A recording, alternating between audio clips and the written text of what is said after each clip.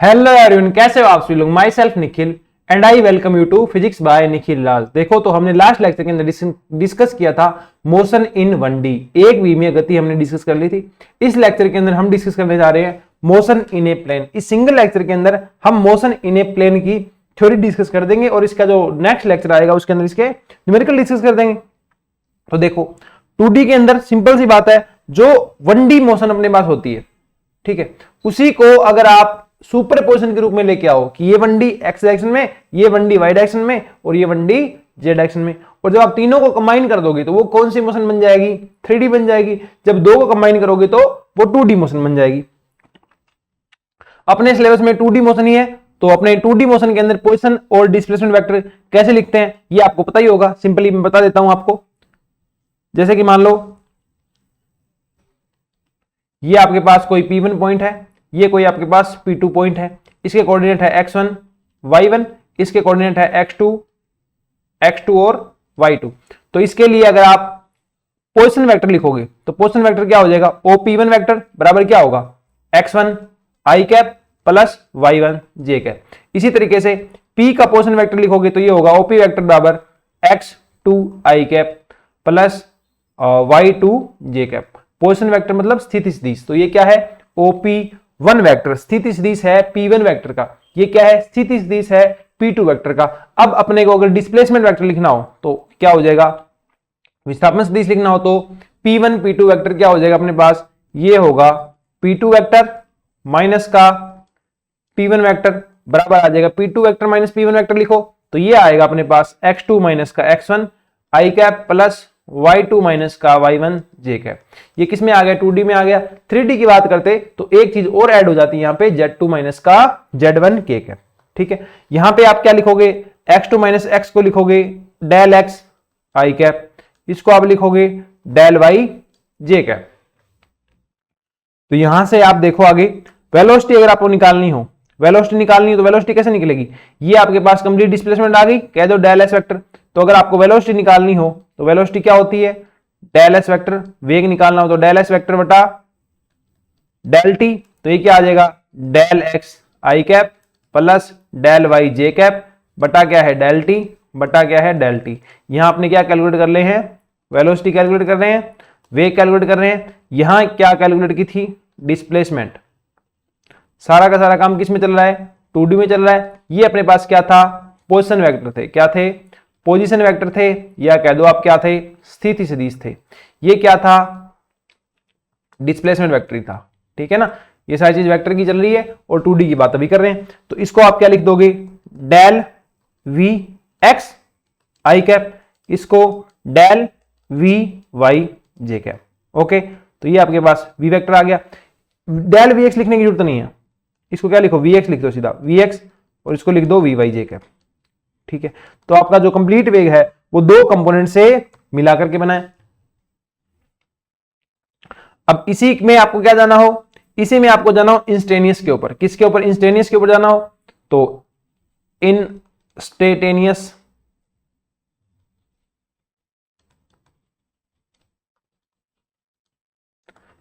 Vector होगा, वो कैसे लिखोगे आप? Instantaneous velocity vector. v instantaneous कैसे लिखोगे?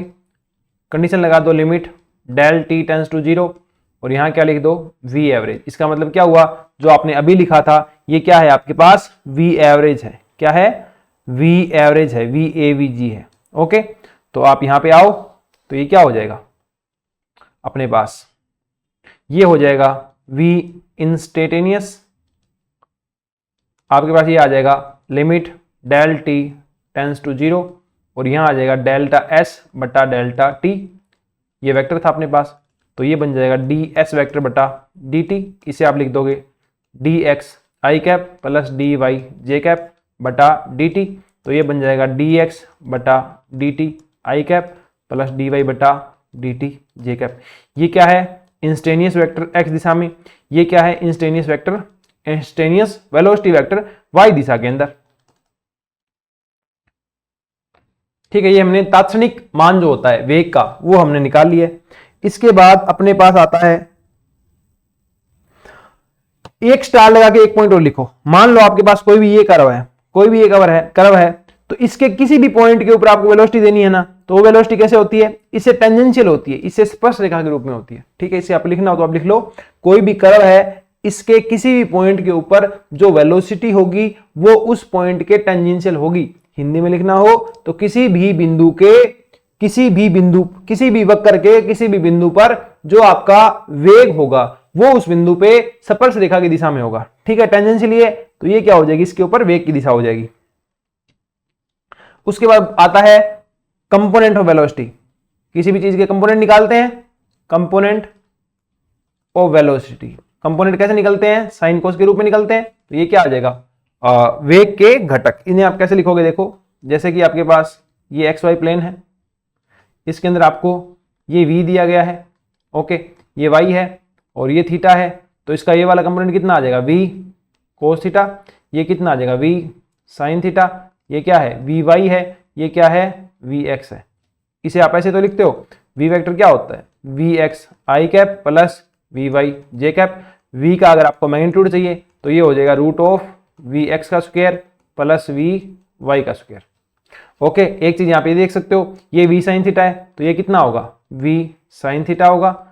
जो आपके पास vy है, यहाँ से tan थीटा निकालो तो कितना हो जाएगा, लंब बटा आधार। लंब कितना है, v साइन थीटा बटा v कोस थीटा।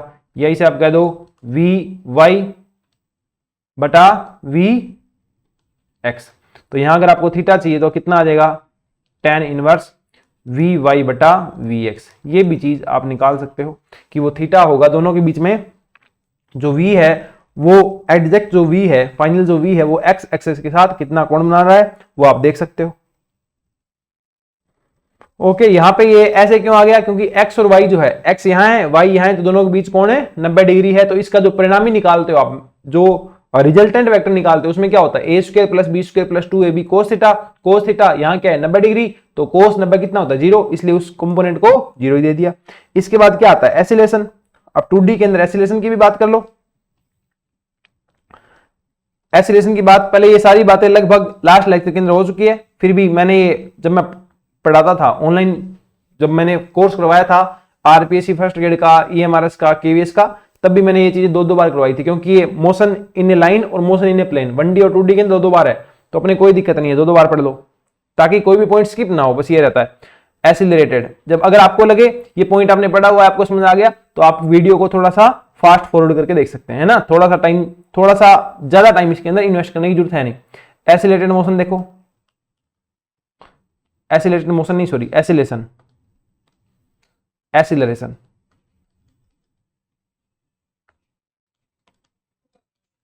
जो आपका एसिलेशन होगा वो क्या होगा, वो होगा dv बाय dt। तो ये कितना आ जाएगा आपके पास, dvx बटा dt i cap plus dv by बटा dt j कैप। ये कौन सा है, इंस्टेंटेनियस है। आपको समझ में आ गई होगी अब तो चीज। अगर ये एवरेज निकालना होता तो ये आता डेल v बटा डेल t, तो ये आता डेल vx बटा डेल t, ये वाला डेल्टा t i कैप, ये आता डेल v y बटा डेल्टा t जे कैप अपने पास। ठीक है, तो बस इसमें और क्या है, इसको चाहो तो और ऐसे भी लिख दो, ax i cap plus ay J cap. बस इसके अंदर इतनी ही चीज है। अब एसिलेशन के भी कंपोनेंट बांटने हो तो आप बांट सकते हो। मान लो ये एक्स एक्स के साथ कितना कोण बनाता है, थीटा, तो यहां आ जाएगा ये a है, ये आ जाएगा a कोस थीटा, ये आ जाएगा a साइन थीटा। किसी भी चीज के कंपोनेंट आप बांट सकते हो। ये हो जाएगा ay, ये हो जाएगा ax, ये था x एक्सिस, ये था y एक्सिस। तो वही बात, जो a आएगा वो क्या होगा, मैग्नीट्यूड की बात करो तो ax का स्क्वायर प्लस ay का स्क्वायर। इसी तरीके से थीटा जो होगा tan इनवर्स, तो यहां आ जाएगा ay बटा ax।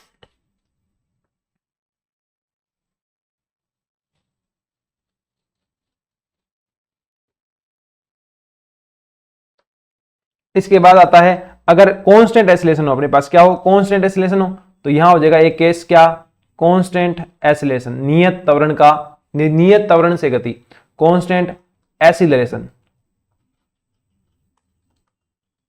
मोशन।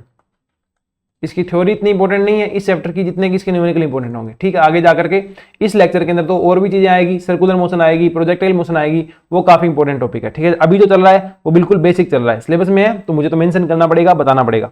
ठीक है, अब देखो यहाँ पे क्या है, constant acceleration motion. Average acceleration को आप कैसे लिखते हो, फाइनल वेलोसिटी माइनस की initial velocity, final time minus का इनिशियल टाइम, जिसे आप ऐसे भी लिखोगे डेल वी वेक्टर बटा डेल्टा टी। तो अब इसके अंदर कैसे लिख सकते हो इसको आप और लिख दो डी टी डी वी बटा डी टी। अगर मैं इंस्टेनियस की बात कर रहा हूं तो अब ये ए कांस्टेंट है तो डी टी इधर ले आओ, क्रॉस मल्टीप्लाई कर दो तो ये हो जाएगा ए डी टी बराबर डी वी। इंटीग्रेशन कर दो, कितने से कितने गया, मान लो इनिशियल 0 था बाद में ए हो गया, इसमें इनिशियल वी नोट था बाद में वी हो गया, तो ये हो जाएगा अरे सॉरी 0 से क्या हो गया टी हो गया, चेंज किस में होता है, टाइम में होता है, 0 से टी हो गया। ओके,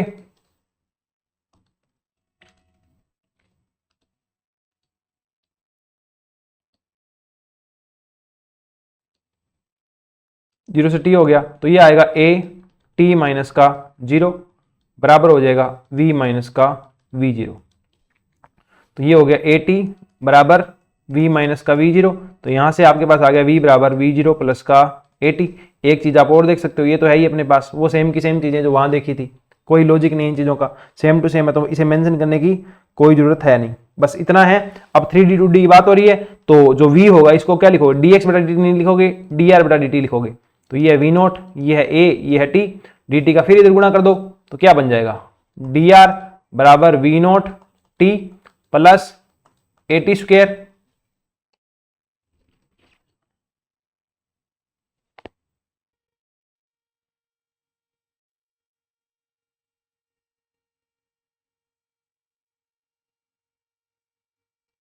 सही किया है क्या, v बराबर ए टी, अगर डी आर बटा डी टी लिखोगे तो ये आ जाएगा। चलो कर दो इसको, इंटीग्रेशन करो, इंटीग्रेशन कर दो इसका भी और इसका भी, अरे डी टी आएगा ना साथ में, तो टी डी टी, ये हो गया 0 से टी, ये हो गया 0 से टी, और ये हो गया आर नोट से आर। तो करोगे तो ये आएगा R minus R naught, vector है तो वेक्टर ले लो कोई दिक्कत नहीं है। ये आ जाएगा वी नोट, ये भी कांस्टेंट है तो टी माइनस का 0, वेलोसिटी को इनिशियल वेलोसिटी कांस्टेंट थी, ठीक है, उसके बाद चेंज हुई थी। ये हो जाएगा t square by t square by 2, limit हो जाएगी 0 से टी। तो ये हो गया आर वेक्टर माइनस का आर नोट वेक्टर बराबर v naught t plus a t square by 2, या फिर आर वेक्टर बराबर r naught vector plus v naught t plus a t square बटा 2। था तो वेक्टर ही, चाहे कांस्टेंट था, कांस्टेंट वेक्टर भी होता है ना। अगर कांस्टेंट वेक्टर का मतलब ये लो, ये कांस्टेंट वेक्टर है, ये कांस्टेंट वेक्टर नहीं है, ठीक है, इस तरीके से भी होते हैं। तो तुम्हारे पास आर वेक्टर क्या आ जाएगा, इस तरीके से आ जाएगा।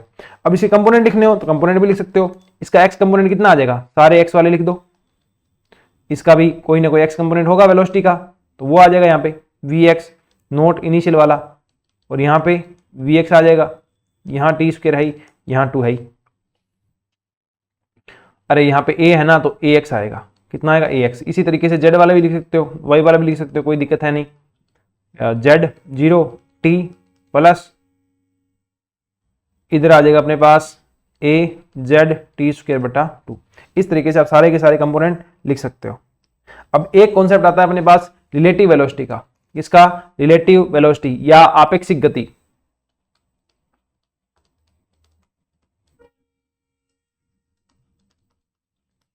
रिलेटिव वेलोसिटी या अपेक्षिक गति का कॉन्सेप्ट आता है, वो देखो, वो गति क्या कहती है। मान लो किसी का वेग क्या है, इनिशियली इतना है, बाद में कितना हो गया, इतना हो गया, तो वी बी ए कितना हो जाएगा, या ऐसे कह दो ए पार्टिकल का वेग इतना है, बी पार्टिकल का वेग इतना है, तो रिलेटिव वेलोसिटी कितनी हो जाएगी, बी की रिलेटिव टू ए, बी की गति सापेक्षिक ए के, है ना, ए के सापेक्ष बी की गति कितनी हो जाएगी, वी बी वेक्टर माइनस का वी ए वेक्टर, ठीक है। इसमें आप माइनस कॉमन लो तो ये हो गया वी ए माइनस का वी बी वैक्टर, और ये हो जाएगा minus v b v a b, क्या हो जाएगा वी ए बी माइनस का वी ए बी। यहां से आप क्या सीखे, यहां से हम ये सीखे कि वी ए बी बराबर होगा माइनस का वी ए बी के। ओके, बात करो मैग्नीट्यूड की, तो ये मैग्नीट्यूड क्या होंगे, बराबर होंगे। ये आपके पास रिलेटिव मोशन आ गई। इसके बाद आता है अपने पास नेक्स्ट टॉपिक प्रोजेक्टाइल मोशन। तो अगला टॉपिक आप देखो, projectile motion, most important topic of this chapter, या कह दो लास्ट के 2 लेक्चर जो थे आपके, उसके अंदर से सबसे इंपॉर्टेंट टॉपिक यही वाला है।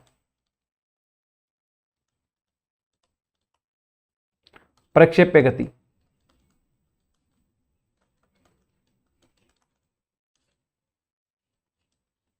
प्रक्षेप्य गति क्या होती है, देखो प्रक्षेप्य गति होती है, इसका डायग्राम यहां बनाते हैं ठीक ठाक बड़ा सा। आप क्षैतिज से किसी कोण के ऊपर कोई वस्तु फेंकते हो, मान लो आपने थीटा कोण के ऊपर कोई वस्तु फेंक दी, तो वस्तु जो है वो पैराबोला के रूप में गति करती है, इस प्रकार से गति करती है। इस गति को क्या कहते हैं, प्रक्षेप्य गति कहते हैं, प्रोजेक्टाइल मोशन कहते हैं। इसे आप इस तरीके से देख सकते हो कि आपने यहां से एक पत्थर फेंका तो वो भी प्रोजेक्टाइल मोशन है, आपने यहां से गोली चला दी या फिर युद्धों के अंदर तोप के गोले चलाए गए, ठीक है, तो वो अपने पास थीटा कोण पे चलाए गए, तो वो कैसे गति करेगा, ऐसे गति करेगा, कैसे गति करेगा, ऐसे गति करेगा, है ना, वो क्या है, प्रक्षेप्य गति है। ये जो पाथ है ये कैसे आता है, पैराबोला आता है। ये आगे जाकर के प्रूव भी हो जाएगा, थोड़ा सा आगे चलेंगे ना, डिस्कस करेंगे इसको, तो वहां अपने पास प्रूव भी हो जाएगा कि ये क्या होता है, एक पैराबोलिक पाथ होता है। अब बात ये भी आती है, क्यों डिस्कस कर रहे हैं प्रोजेक्टाइल मोशन। प्रोजेक्टाइल मोशन इसलिए डिस्कस कर रहे हैं कि अपने को ये पता लगे किस एंगल पे इसको आप फेंको कि ये अधिकतम ऊंचाई तक जाए या ये अधिकतम दूरी तक जाए।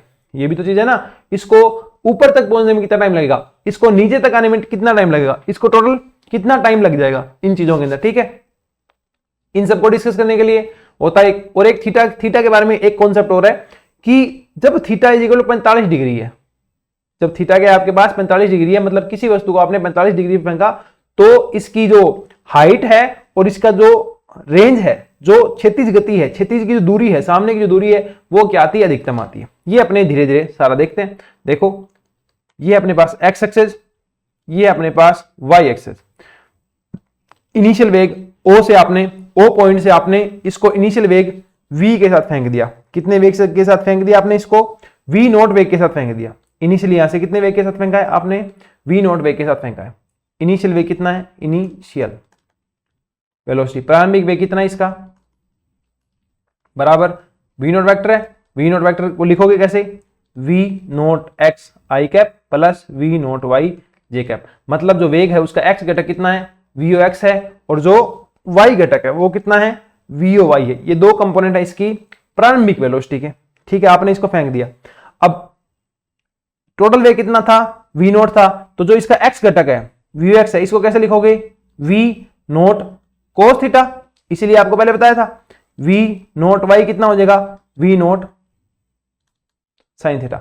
इतने वेग से आपने इसको फेंक दिया। मान लो ये अधिकतम ऊंचाई तक पहुंचता है, वो अधिकतम ऊंचाई कितनी है, h है, और ये मान लेते हैं इसको पूरी गति करने के अंदर, इसको पूरी गति करने के अंदर कितना टाइम लगेगा, t टाइम लगेगा। कितना टाइम लगेगा, t टाइम लगेगा। t को कहते हैं टाइम ऑफ लाइट। क्या कहते हैं, टाइम ऑफ लाइट। इतनी देर ये क्या रहेगा, हवा में रहेगा। इंग्लिश हिंदी में इसको कहते हैं उड्डयन काल। क्या कहते हैं, उड्डयन काल। कितना टाइम ये उड़ता रहेगा। h क्या होगी, इसकी मैक्सिमम हाइट होगी। अब यहां तक t लगा है, तो यहां से यहां तक पहुंचने में ये o बिंदु है। ये मान लो कि जो बिंदु इसको बोले हैं ना वही लिख देते हैं इसको, तो इसको कुछ बोला नहीं है तो इसको अपने दे दो p पॉइंट, और इसको दे दो आप o dash point. o dash बोलोगे, चलो o डैश बोल दो। तो यहां तक p तक पहुंचने में, o से p तक पहुंचने में इसको टाइम लगेगा t ऑफ, p से o डैश पहुंचने में फिर से क्या लगेगा, t ऑफ टाइम लगेगा। ओके, अब इससे अपने चलते हैं आगे। अब यहां हमने क्या किया है, हमने जो एयर का इफेक्ट है, होगा या नहीं होगा, जैसे कोई पार्टिकल ऊपर गया तो नीचे की तरफ उसको ग्रेविटी खींचेगी, नीचे की तरफ उसमें ग्रेविटेशनल एक्सीलरेशन, गुरुत्वीय त्वरण कितना लगेगा, g लगेगा। एक साथ साथ में क्या लगेगा, एयर रेजिस्टेंस भी लगेगा। हवा चल रही है ना, तो वातावरण के कारण, हवा के कारण भी उस पर प्रतिरोध लगेगा। तो वो जो एयर रेजिस्टेंस है अपन ने, वो यहां कितना माना है, 0 माना है। तो यहां आपके पास जो एयर रेजिस्टेंस है, वातावरण का जो प्रभाव है, वो मैंने कितना मान लिया, 0 मान लिया। या आप कह दो क्या कर दिया, उसको नेग्लेक्ट कर दिया। नेग्लेक्ट करने के बाद अब देखो, अब अपने सारी चीज देखेंगे धीरे धीरे। न्यूटन की गति के समीकरण लिख लो पहले, वो अपने यूज आएंगे। पहला समीकरण क्या था, v बराबर u प्लस ए टी। दूसरा क्या था, s बराबर वेक्टर ही था ut प्लस हाफ ए टी स्क्वायर। तीसरा क्या था, वी स्क्वायर बराबर यू स्क्वायर प्लस 2as। इसमें अपने को निकालना क्या है, अपने को एक निकालना है टाइम ऑफ लाइट, एक निकालनी है अधिकतम ऊंचाई, एक निकालनी है रेंज कि ये कितनी दूरी तक जाएगा, और क्या निकालनी है, एक निकालना है थीटा का मान क्या हो कि तुम्हारे पास आर है वो मैक्सिमम हो जाए और टी जो है, टी नहीं सॉरी एच जो है वो भी क्या हो जाए, मैक्सिमम हो जाए। ये सब चीजें अपने को पता करनी है। ठीक है, तो सबसे पहले अपने पास एक्स दिशा के अंदर तो गुरुत्वीय त्वरण लगेगा नहीं, जो गुरुत्वीय त्वरण लगेगा एक्स दिशा के अंदर कोई त्वरण होगा क्या, नहीं होगा। क्यों, क्योंकि गुरुत्वीय त्वरण कहां लग रहा है, सिर्फ वाई दिशा में। तो अपने पास वाई दिशा के अंदर त्वरण लगेगा, वो कहां लग रहा है अपने पास, कितना लगेगा, वो जी लगेगा। ऊपर फेंकोगे तो माइनस जी लगेगा, नीचे आएगा तो प्लस जी लगेगा। ठीक है, तो पहली समीकरण लिखो। चलो अपने पास यहां पे किसी पॉइंट के ऊपर मान लो ये तो t इजिकल टू 0 है। ठीक है, यहां पे आप t इजिकल टू टी पे आ गए, टी टाइम हो गया आपको, तो आपका जो वेलोसिटी है वो कितनी रहेगी, x वाली वेलोसिटी कितनी रहेगी, x वाली वेलोसिटी कितनी हो जाएगी, u v बराबर u प्लस एटी, तो ux मतलब प्रारंभिक वेग plus ax into T. ax क्या है, 0 है, तो जो u का वेग होगा वो हमेशा कितना ही रहेगा, ux ही रहेगा। ux कितना था, प्रारंभिक कंपोनेंट ऑफ वेलोसिटी v0x ही था। ओके, जो आपका x वाला कंपोनेंट है वो v0x ही रहेगा। ठीक है जी, वेग आपका इतना है, तो x दिशा के अंदर जो दूरी होगी उसको मैं क्या लिखूं, x लिख दूं, x डायरेक्शन में दूरी होगी वो क्या होगी, इसका वेग गुणा समय। तो वेग कितना था, वेग है अपने पास v note cos theta t, ये कितना आ गया x, यहां से t का मान निकालो, टाइम कितना आ गया x बटा v नोट कोस थीटा। ये आपके पास समीकरण नंबर आ गई एक। ये हमने कैसे निकाली, x के वेलोसिटी कंपोनेंट से निकाल ली। अब चलो y के अंदर, y का वेलोसिटी कंपोनेंट कितना आएगा, v बराबर u प्लस एटी, ऊपर भाग रहा है तो त्वरण कहां लगेगा, ऊपर भाग रहा है तो गुरुत्वीय त्वरण का क्या हो जाएगा, माइनस में हो जाएगा, है ना, गति ऐसे कर रहा है, गुरुत्वीय त्वरण ऐसे लग रहा है तो साइन चेंज हो जाएंगे, तो माइनस का g इंटू का t, v बराबर u प्लस एटी हमने लगा दिया। ये y है, क्या है, y है, सारे मान रखो, ये vy है अपने पास, तो कितना था ये v0y था, ये कितना है g इंटू का t है। ओके, तो यहां क्या आएगा, ये ay है, आप समझ गए ना मेरी बात, ये क्या था अपने पास uy प्लस का ayt था, तो y डायरेक्शन के अंदर कितना था त्वरण, ये देखो मैंने लिखा हुआ माइनस जी, इसलिए मैंने यहां पे माइनस जी लिखा है। ओके, अब v0y का मान रखो, ये होगा v0 साइन थीटा माइनस का g इंटू का t, ये आ गया आपके पास vy। इसको समीकरण नंबर आप दे दोगे 2। अब जो vy है, जो vy है इसे आप क्या लिख सकते हो, vy को आप लिख सकते हो dy बटा dt। dy क्या, vy क्या है, t टाइम के ऊपर y कंपोनेंट ऑफ वेलोसिटी, तो dy बटा dt ये आ जाएगा y not sine theta minus का gt। अब ये हो जाएगा dy बराबर y not sine theta into dt minus gt dt। समाकलन करोगे तो ये आएगा y, ये आएगा v not constant, sine theta constant, dt का आ जाएगा t, ये आ जाएगा g, ये आ जाएगा टी स्क्वायर बाई 2, क्योंकि इनिशियली क्या था t इजिकल टू 0 था, तो ये घटाओगे तो यही चीज आएगी। ठीक है ना, इस पे लिमिट लगाओगे तो यही चीज आएगी। अब देखो ये आ गई आपके पास समीकरण नंबर 3। समीकरण नंबर 3 क्या बताती है, किसी भी टाइम के ऊपर y कंपोनेंट कितना है डिस्प्लेसमेंट का, मतलब वो किस पॉइंट पे पहुंच गया, ऐसे गति कर रहा है ना, किसी भी पॉइंट पे जाओगे तो x कंपोनेंट होगा और y कंपोनेंट होगा। x कंपोनेंट कैसे आएगा, समीकरण 1 से देख लो, या समीकरण जो ऊपर वाली लाइन है x equal to v naught xt, इससे देख लो y का मान कितना आएगा, y कंपोनेंट कितना होगा डिस्प्लेसमेंट का, वो आप समीकरण नंबर 3 से देख सकते हो। ठीक है, अब 3 t है जो इसका मान रख दो, t का मान रखो यहां पे, तो ये कितना आएगा v not sine theta, t का मान कहां है, समीकरण नंबर 1 में है तो रख दो, ये आ जाएगा x बटा v नॉट कोस थीटा, और यहां आ जाएगा माइनस का g बटा 2 और x बटा v नॉट कोस थीटा, ये आ जाएगा स्क्वायर। तो y बराबर कितना आ गया, v नॉट से v नॉट गया, ये आ गया x टेन थीटा माइनस का g by 2 x square v not का स्क्वायर कोस स्क्वायर थीटा। ठीक है, ये आपके पास क्या आ गई, फाइनल कंपोनेंट आ गया, टाइम को हटा करके सिर्फ और सिर्फ ये इसके अंदर दूरी के अंदर है ना, एक्स कंपोनेंट थीटा और गुरुत्वीय त्वरण जी को लेकर के ये हमने y का समीकरण लिख दिया कि y को आप इस तरीके से देख सकते हो। ये जो समीकरण है आपके पास, ये समीकरण नंबर हो गया 4।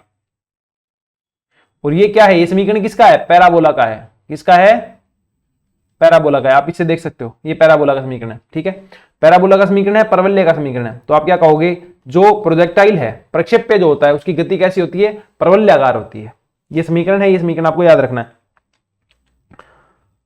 अब इसको, इसके अंदर आप एक चीज और मान सकते हो, क्या, tan थीटा बराबर क्या मान लो, a मान लो, और जो आपके पास g बटा 2 v note square cos square theta जो है, इसको आप मान लो b। तो ये y बराबर क्या आ गया, ax माइनस का bx स्क्वायर। ये क्या है, परवलय का समीकरण है, ठीक है। अब देखो, आप चलते गए चलते गए, आप चलते गए चलते गए, आपको जब आप यहां पहुंच जाओगे, इस पॉइंट पे पहुंच जाओगे, हाइट h प्राप्त कर लोगे, तो यहां पे जो y कंपोनेंट होगा, जो y कंपोनेंट होगा वो क्या होगा, h होगा। और इस पॉइंट पे पहुंचने के बाद, इस पॉइंट पे पहुंच गए, अब आप वापस नीचे आ रहे हो। अगर y कंपोनेंट होता वेग का, तो आप कहां जाते, ऊपर जाते या आगे जाते। इस पॉइंट पे जाकर के आप नीचे आना स्टार्ट कर रहे हो, ठीक है ना। इस पॉइंट पे आकर नीचे आना स्टार्ट कर रहे हो, मतलब यहां पे जो y कंपोनेंट ऑफ वेलोसिटी है वो कितना हो जाएगा, 0 हो जाएगा। तो इस पॉइंट के ऊपर y कंपोनेंट ऑफ वेलोसिटी कितना हो गया, 0 हो गया। और जो y कंपोनेंट था, जो दूरी तय कर रहे थे आप y दिशा में, वो कितनी होगी, कैपिटल H हो गई, ठीक है। तो इसको निकालने के लिए देखो, यहां क्या निकाल रहे हैं, अपने मैक्सिमम हाइट निकाल रहे हैं, है ना, कि अधिकतम ये कितनी हाइट प्राप्त कर लेगा। तो अपने पास समीकरण क्या है, आ जाओ। समीकरण क्या था, समीकरण था, एक तो इससे देख सकते हो आप, इससे देख सकते हो आप, इससे तो नहीं दिखेगी, ये किससे दिखेगी, h चाहिए ना, दूरी चाहिए, तो इससे आएगी, इससे। एक तो इससे आ जाएगी, एक आपके पास ये t हाफ आ जाएगा ना, ये पूरा t है, तो ये कितना आ जाएगा, t हाफ आ जाएगा। और t हाफ है कितना, t/2 है, ठीक है। यहां से t हाफ निकालें, तो आ जाओ समीकरण नंबर, आप आ जाओ 2 से। Maximum height and time of flight calculate कर रहे हैं अपने, time of flight and range साथ में लिख लो सारे, हिंदी में लिखना हो तो लिख लो। अधिकतम ऊंचाई कितनी होगी प्रक्षेप्य की, और उड्डयन काल कितना होगा, इसी के साथ साथ परास कितनी होगी, क्षैतिज परास, कि ये आपने ऐसे फेंका तो ये इस दूरी में कितना गया, ठीक है। आ जाओ ये सारे कैलकुलेट करते हैं। तो आप सबसे पहले आइए इक्वेशन नंबर कितनी से, 2 से आइए। इक्वेशन नंबर 2 से देखो, एट पॉइंट P, जब आप P पॉइंट पे पहुंचोगे तो वेलोसिटी का जो ऊर्ध्वाधर घटक वो कितना हो जाएगा, 0 हो जाएगा। तो 0 रख दो, तो ये कितना होगा, 0 बराबर v note sine theta, v बराबर ut प्लस हाफ v बराबर, रुको, v बराबर u प्लस at, तो ये रहेगा gt, ठीक है। यहां से इसको कैलकुलेट करो, v बराबर u प्लस at, अरे दिमाग घूम गया, इसको देखो, यहीं से देख लो ना, v note sine theta minus का gt, तो v note sine theta minus का gt, समीकरण जो दे रखी है सीधी सीधी उनको यूज कर लो, दिमाग लगाने की जरूरत नहीं है। यहां से निकालो। अब ये वहां जब पहुंचा है तो आपका जो टाइम कितना हो गया, t कितना हो गया, t हाफ हो गया ना, t हाफ। तो इसको भी आप क्या लिखो, t की जगह t हाफ लिखो, लिख दिया। अब इसको सॉल्यूशन करो, gt हाफ बराबर v नोट साइन थीटा, या फिर कह दो t हाफ बराबर क्या आ गया, v नोट साइन थीटा बटा g। ये क्या है, ये उतना टाइम आ गया जितने टाइम के अंदर जो आपका प्रक्षेप्य होगा, जो आपका पत्थर होगा, जो आपका पार्टिकल होगा, वो मैक्सिमम हाइट पे पहुंच जाएगा। तो इसको आप दे दो समीकरण नंबर 5। और यहां से जब t निकालोगे, टोटल टाइम ये क्या है, time of flight, time of flight कितना आएगा, 2 गुना टी हाफ, करो तो 2 गुना टी हाफ का मान रखो, v नोट साइन थीटा बटा जी, तो ये अपने पास आ गया 2 v नोट साइन थीटा बटा जी टी। उड़न काल कितना आ गया अपने पास, 2 v नोट साइन थीटा बटा जी आ गया। इसको दे दो आप समीकरण नंबर 6। अब t तो आपके पास आ गया, अब आपको क्या चाहिए, अधिकतम ऊंचाई ये कितनी थी। अब आपको h निकालना है, क्या निकालना है, h की कैलकुलेशन करनी है। h कहां से निकलेगा, गति के सेकंड समीकरण से निकलेगा, by second equation of Newton's motion, equation of motion. Second जो गति की समीकरण थी वो क्या थी, s बराबर ut प्लस हाफ 80 स्क्वायर, इससे आप निकाल सकते हो, निकालें क्या? ठीक है। जब आप इस पॉइंट पे पहुंच गए, जब आप टॉप पॉइंट पे पहुंच गए, तो इस टाइम आपका जो दूरी होगी, जो ऊर्ध्वाधर दूरी होगी, वो कितनी हो जाएगी? h हो जाएगी। ठीक है। जो प्रारंभिक वेग था वो कितना था? v नोट साइन थीटा था। जो t था, जो t था वो कितना था? t हो गया उस टाइम, वो कितना हो गया? t हाफ हो गया, माइनस 1/2, ये क्या है? a, जो क्या होगा? g होगा। ऊपर पहुंच जा रहे हो ना तो नीचे की तरफ लगेगा जी। और ये फिर से कितना आ जाएगा? t हाफ का स्क्वायर।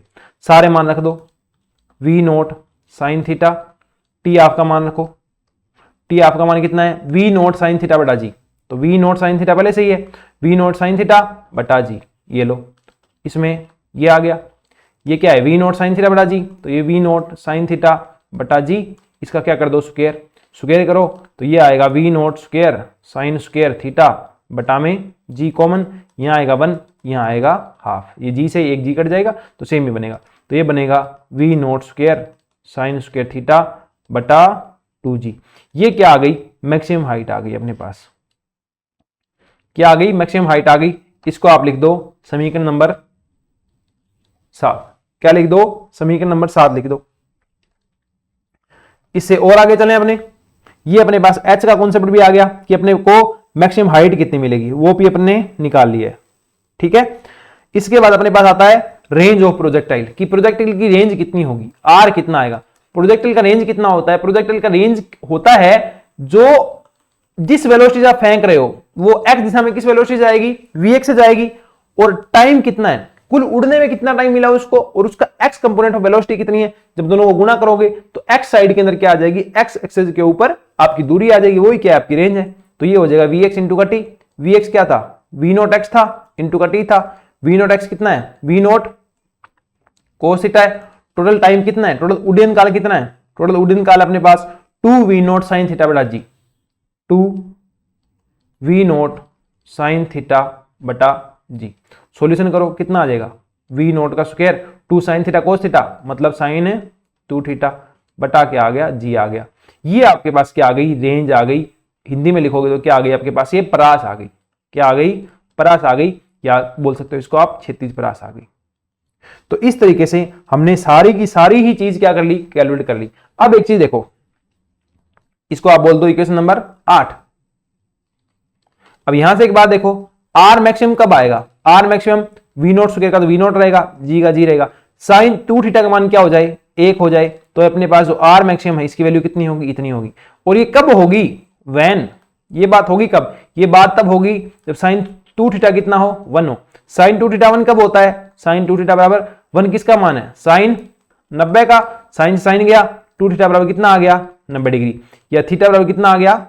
45 डिग्री। मतलब theta is equal to 45 degree जब तुम्हारे पास होगा तो आपके पास जो रेंज होगी वो अधिकतम आएगी। जब थीटा इज इक्वल 45 डिग्री है तो जब वो आर होगा वो क्या हो जाएगा आपके पास? आर मैक्सिमम हो जाएगा, क्षैतिज परास क्या हो जाएगी? अधिकतम आ जाएगी। इसी के साथ साथ जो एच है, अब देखो एच भी देख लो, एच कितना है? इतना है। अब एच मैक्सिमम कब आएगा? एच मैक्सिमम अपने पास तब आएगा, एच के अंदर साइन 2 थीटा नहीं था। एच मैक्सिमम कब आएगा? अधिकतम ऊंचाई कब होगी? ये जो एच है, ये एच मैक्सिमम कितना होगा? एच मैक्सिमम होगा वी नोट स्क्वायर बटा 2g।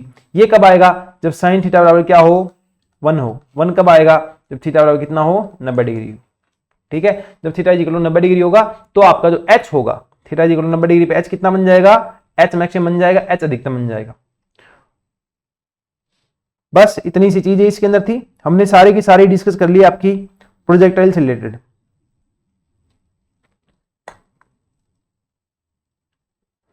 इसके अंदर बस एक कॉन्सेप्ट और अपने पास, क्या? एक कॉन्सेप्ट ये है कि चाहे आप मोशन किससे करवा दो, 45 माइनस अल्फा से करवाओ या 45 प्लस अल्फा से कराओ। 45 क्या यहां पे डिग्री है, ठीक है। 45 डिग्री प्लस अल्फा से कराओ या फिर 45 प्लस अल्फा से कराओ, आपकी जो रेंज होगी, और चाहे आपकी जो रेंज हो और आपकी जो रेंज होगी वो क्या आएगी? सेम आएगी। समझ रहे हो ना ये चीज कैसे? साइन 2 थीटा का मान देखना है। तो देखो साइन 2 45 माइनस अल्फा हो मान लो, तो ये कितना बनेगा? साइन 90 माइनस का 2 अल्फा, ये कितना बनेगा? Sine 2 alpha. Sine 90 minus theta कितना होता है? Sine theta. और इसी तरीके से साइन 2 45 प्लस अल्फा लिखो, तो ये कितना होगा? Sine 90 plus 2 alpha. Sine 90 plus theta कितना होता है? कोस थीटा होता है, कोस 2 अल्फा। और ये बन जाएगा अपने पास कोस 2 अल्फा, ये भी बनेगा, दोनों चीज सेम ही है। तो आप चाहे प्रोजेक्टाइल को 45 माइनस अल्फा से फेंको या 45 प्लस अल्फा से फेंको, दोनों का जो रेंज होगा वो क्या आएगा? समान आएगा। क्या आ जाएगा? रेंज जो होगा आपका वो क्या रहेगा? समान रहेगा। ठीक है, और तो कुछ इसके अंदर है नहीं, 45 माइनस थीटा करोगे तो इसमें भी कुछ खास है नहीं। ठीक है, जो आपका रेंज होगा इस पॉइंट के ऊपर समान होगा। ठीक है, इसके बाद अपने पास आता है uniform circular motion. Next topic क्या है अपने पास? नेक्स्ट टॉपिक है यूनिफॉर्म सर्कुलर मोशन। एक समान वर्तीय गति, एक समान वर्तीय गति। यूनिफॉर्म सर्कुलर मोशन क्या है? देखो एक समान वर्तीय गति अपने पास क्या है? आप देखो, जैसे कि ये अपने पास कोई सर्कल है, ठीक है, इसके यहां पे सही नहीं बनाया डायग्राम, इधर देखो, ठीक है, जैसे कि मान लो ये अपने पास कोई सर्कल है,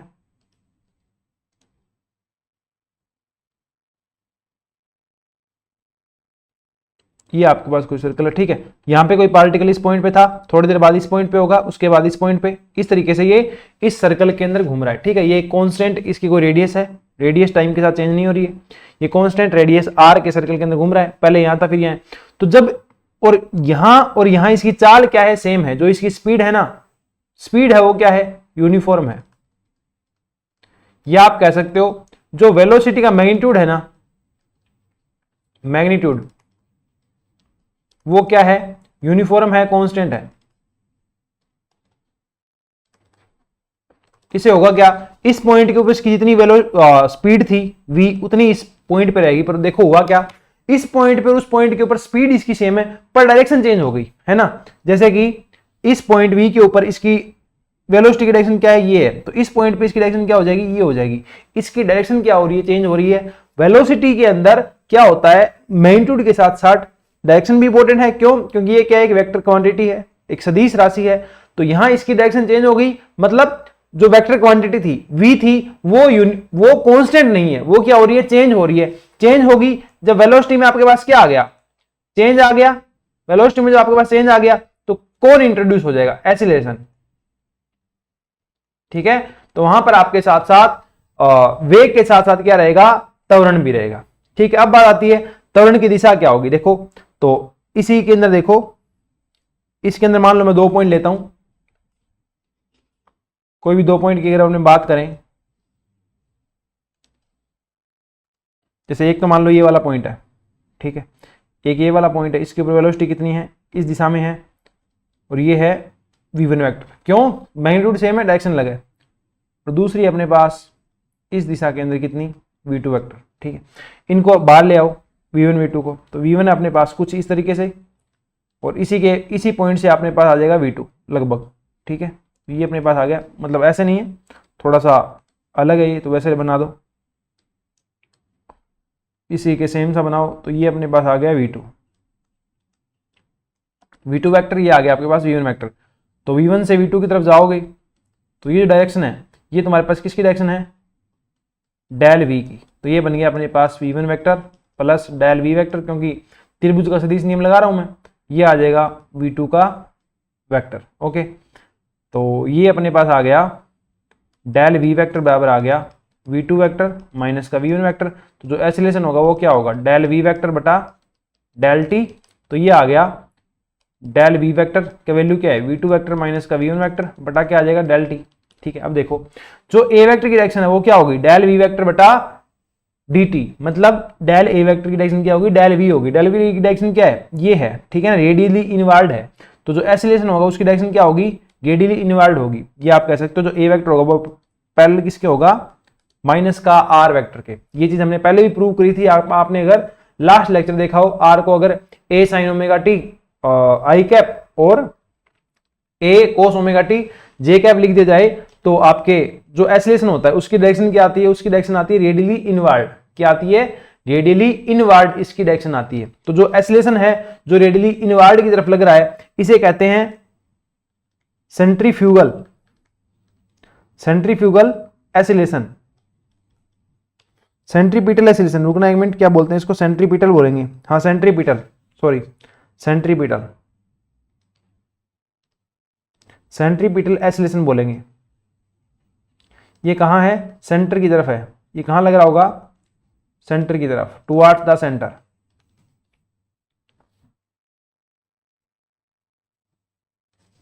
यहां पे एक चीज और रहती है, क्या?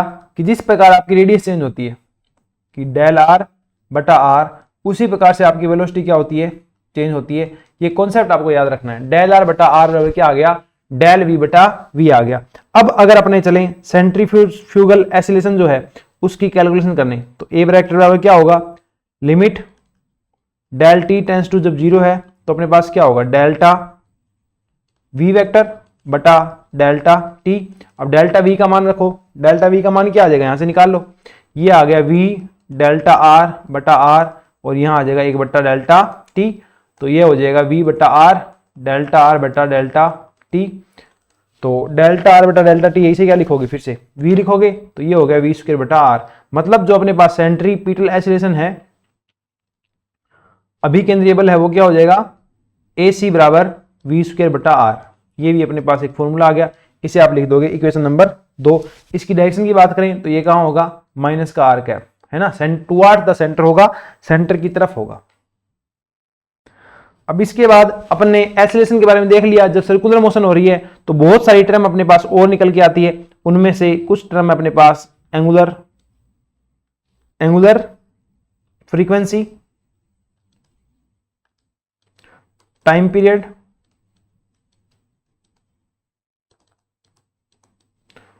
और इसके अलावा एक और हो जाएगा angular displacement, angular speed, angular displacement,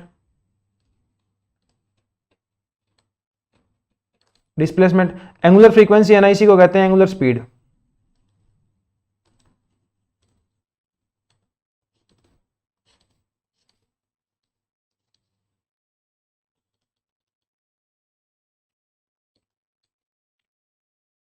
ठीक है, इसको आप ऐसे समझो कि जैसे मान लो कि एक पार्टिकल सर्कुलर मोशन में यहां से यहां तक पहुंच गया, ठीक है, कुछ इस तरीके से।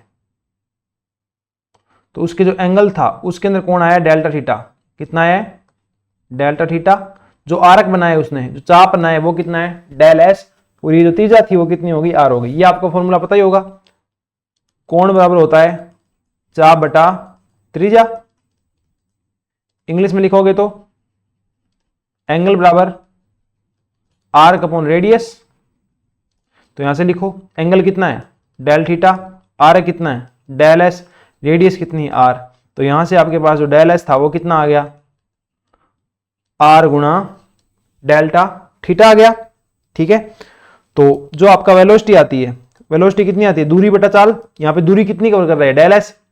दूरी वेलोसिटी कितनी आती है? दूरी बटा समय। तो डेल एस वेक्टर आर का ये क्या आ जाएगा? Delta T. डेल एस का मान आर डेल थीटा बटा डेल्टा टी। अब जो डेल थीटा बटा डेल टी है इसको बोलते हैं अपने ओमेगा। क्या बोलते हैं? ओमेगा। यहां पे ओमेगा क्या है? एंगुलर फ्रीक्वेंसी बोल दो इसको, या इसको आप बोल दो एंगुलर वेलोसिटी।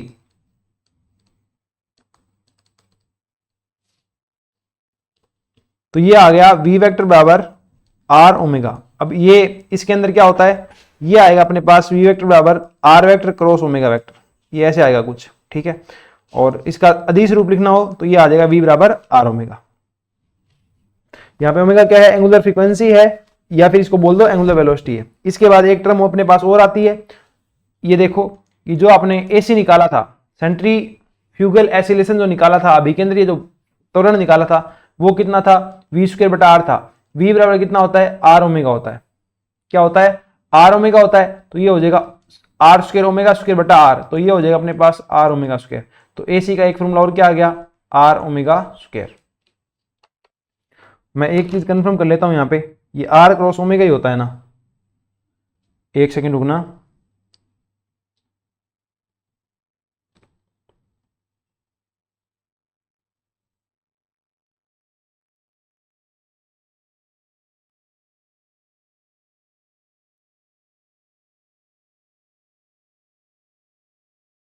ये आर ओमेगा तो होता है, पर मैं देख रहा हूं इसका वो क्या बोलते हैं, वेक्टर फॉर्म देख रहा हूं। अपने खुद से भी ट्राई कर सकते हैं क्या, खुद से ट्राई करें। आर कहां है, आर कहां है, बाहर की ओर, ठीक है इधर, और ओमेगा कहां है, नीचे, अगर ऐसे घूम रहा है तो r cross omega, r cross omega ऊपर की ओर, सही है, ठीक है, ये आर क्रॉस ओमेगा ही होगा। इसके बाद क्या बताया, AC बता दिया आपको, AC क्या आ जाएगा, आर ओमेगा स्क्वायर भी आ जाएगा अपने पास, एक फॉर्मूला इसका ये भी होगा। अब एक चीज और है क्या, last but not the least, time period. Time period जिसे आप बोलते हो आवर्तकाल, कि ये जो एक सर्कल है, एक सर्कल जो है पूरा, इसका एक राउंड कितने टाइम में पूरा कर लेगा, वो क्या कहलाता है, आवर्तकाल। आवर्तकाल क्या होगा, आवर्तकाल हो जाएगा 2 पाई बटा ओमेगा, ये भी होगा। मान लो ये आपको नहीं पता कि ये नहीं होता, तो क्या हो जाएगा, दूरी, दूरी कितनी लगेगी 2 पाई आर, एक पूरे सर्कल के अंदर दूरी कितनी होगी, आर कितना हो गया, चाप कितना हो गया 2 पाई आर, बटा इसकी वेलोसिटी कितनी थी v, और हम जानते हैं v बराबर क्या होता है, आर ओमेगा, तो ये कितना आ गया 2 पाई बटा ओमेगा। तो t बराबर कितना आ गया 2 पाई बटा ओमेगा आ गया, जो इसका आवर्तकाल है। इसमें से और भी चुन चीज कर सकते हो, एक क्या आती है, फ्रीक्वेंसी आती है, वो तो एंगुलर फ्रीक्वेंसी थी, एक आती है फ्रीक्वेंसी f, वो होगी 1 बटा t, तो ये आ जाएगा, t का मान क्या है 2 पाई अपॉन ओमेगा, तो ओमेगा, तो यहां से ओमेगा कितना आ गया 2 पाई f, ठीक है ना। ये अपने पास आ गया एंगुलर फ्रीक्वेंसी और नॉर्मल फ्रीक्वेंसी के अंदर वो रिलेशन आ गया।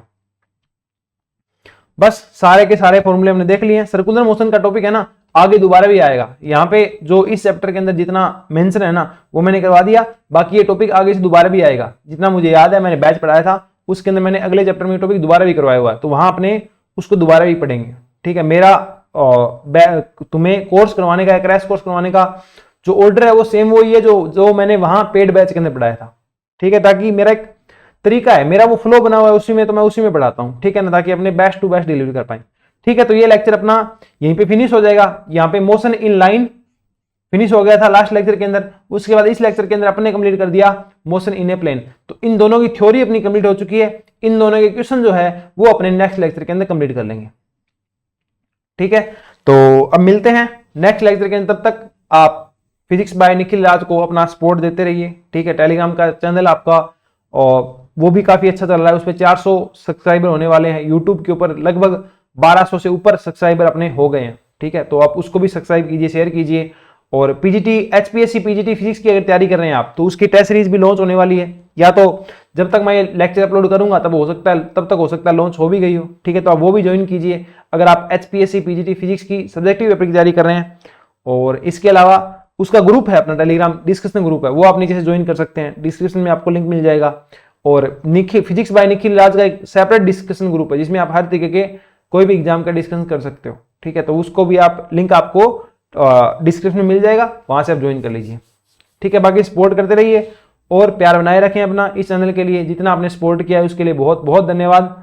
और सीखते रहिए, सिखाते रहिए, मस्त रहिए, आगे बढ़ते रहिए, ठीक है। मिलते हैं अगले लेक्चर के अंदर एक अच्छे कंटेंट के साथ, ठीक है। Bye, take care, bye.